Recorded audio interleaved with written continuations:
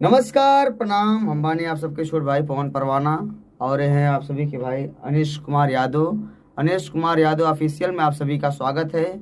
आप लोग जुड़े रहिए, देखते रहिए और मनोरंजन लेते रहिए थोड़ी छोटी छोटी वीडियो का, और हम लोगों को आशीर्वाद प्यार दुलार देते रहिए। तो आइए मिलवाते हैं अनीश कुमार यादव जी से।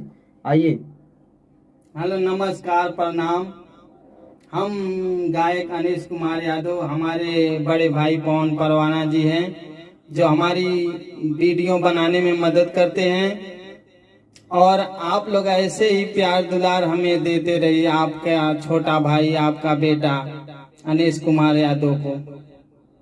हमारा एक और भी चैनल है हम लोगों का, जो IPR म्यूजिक वर्ल्ड है। उसमें हमारा ओरिजिनल गाना आता है, आप उसको भी सब्सक्राइब कर लीजिए और उसको भी सुनिए। अनीश भैया कुछ सुनाइए। हाँ, तो एक भाव हो कौन भैया, हम सुनावा चाहते हैं। कौनो मेहरारू के मरद पियक्कड़ है, और जब सब सूझ जाए तो राती के पी के आवे, बहुत परेशान करे।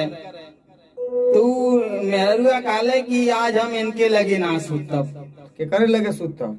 वो काले आज हम अम्मा के लगे सुतब, ये बहुत हमें परेशान कर देते हैं। जम्मा के लगे ना सुतती। जमा के लगे ना सुती, आज कहते अम्मा के लगे सुतब। भाव में कमरे का हालत है, सुना। तो भाव में कहा थी का कहत है? अरे हमरो के लगवे सुतालिए आमा, अरे हमरो के लगवे सुतालिए आमा, बेटा रउर पी के रोज करेला डरामा, हमरो के लगवे सुतालिए आमा, बेटा रउर पी के रोज करेले डरामा।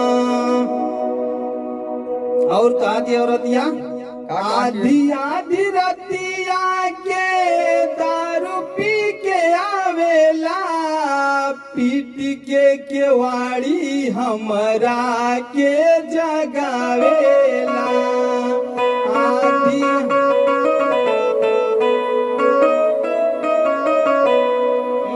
आधी आधी रतिया के दारू पी के आवेला, पीट के केवाड़ी हमरा के जगावेला।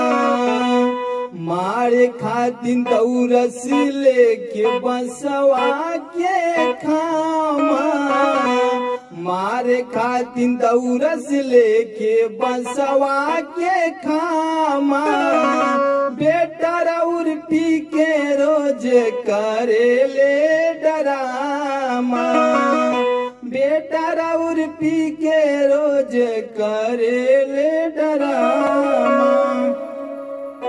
वीडियो अच्छा लगे तो जरूर चैनल को सब्सक्राइब करें, लाइक करें, शेयर करें और ज्यादा प्यार दें। ज्यादा प्यार दें। हम सभी कलाकारों को सपोर्ट करें। हम सभी कलाकारों को सपोर्ट करें। दिल से धन्यवाद। दिल से धन्यवाद। नमस्ते, प्रणाम। नमस्कार, प्रणाम।